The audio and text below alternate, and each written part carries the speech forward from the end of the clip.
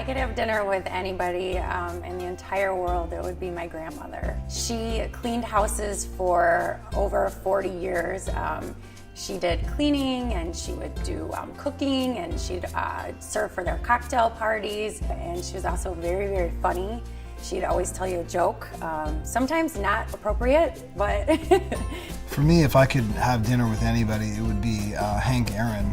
The reason for that is that he continued to excel and at a high level and accomplish all the goals in the face of a lot of adversity. And I think that's something, even though on a smaller scale we all face in the business world, is adversity on an ongoing basis. So if I could learn how to continue to excel at my job in my corner of the world through adversity, I think that would benefit me in my career. It would be my grandmother, Emilia. She raised 7 kids all on her own, and she actually had her own small business. She was a butcher, and not only that, but she actually couldn't read, and so she was able to not only raise her kids but have her own business. So, like, how did she do that, and how was she able to survive on her own and still be able to be successful? The person I'd most like to have dinner with is my grandfather. He passed away when I was 16, and it's a real shame because he did so much with his life. He was in World War II in the Pacific Ocean, and he's got great stories from that. And after he came back, he helped start a VFW post in Milwaukee. He also had a bar in his basement, and not the kind of bar that you see these days, but a real bar, where people would show up at his house in a residential neighborhood and pay for drinks. For me, it's a very easy answer. It's Jesus Christ. My faith in my life is very important to me, and my faith in what I do and the way I work with other people is important too. So to get a few lessons from Jesus directly would be a thrill.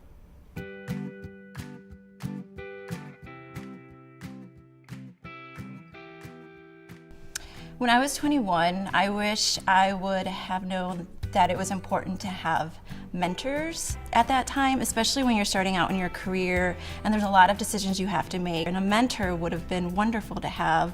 That person not only challenges you and supports you and is a cheerleader, but is also asking those important questions and knows your strengths and weaknesses. I think the best book that I could recommend to anyone young starting a business is to read The E-Myth. That's been a huge lifesaver for me. What I wish I knew then was how important it is to be humble and show humility to others in the way you work. A couple examples would be, first of all, being a very earnest listener, being willing to listen more than talking yourself. The other would be to work really hard to give credit to others. I think doing those things, especially for a young professional, shows a great amount of humility.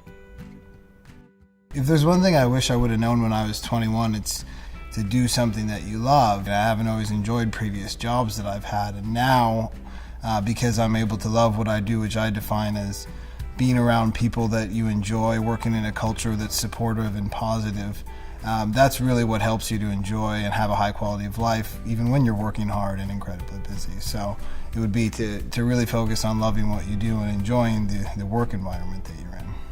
So the thing that I knew when I was 21 was that I love making things. Making things is great. The thing that I learned after that is making things for other people is even better.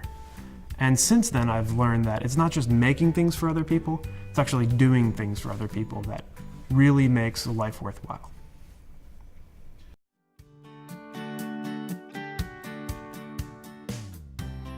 My hidden talent is I'm actually a go-kart race car driver.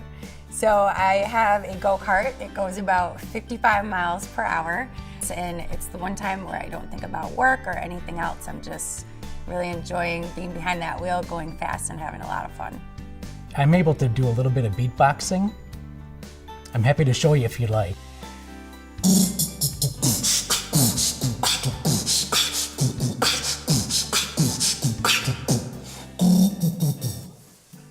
There you go.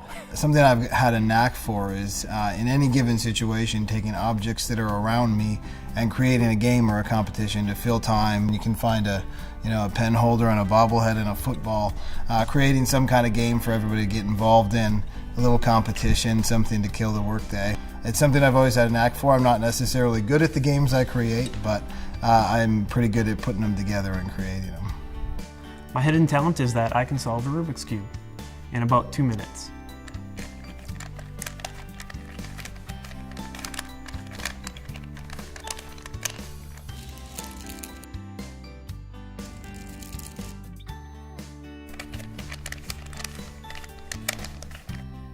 I'm actually a pretty good salsa dancer and all-around Latin music dancer. I dance cumbia, bachata, merengue, and salsa.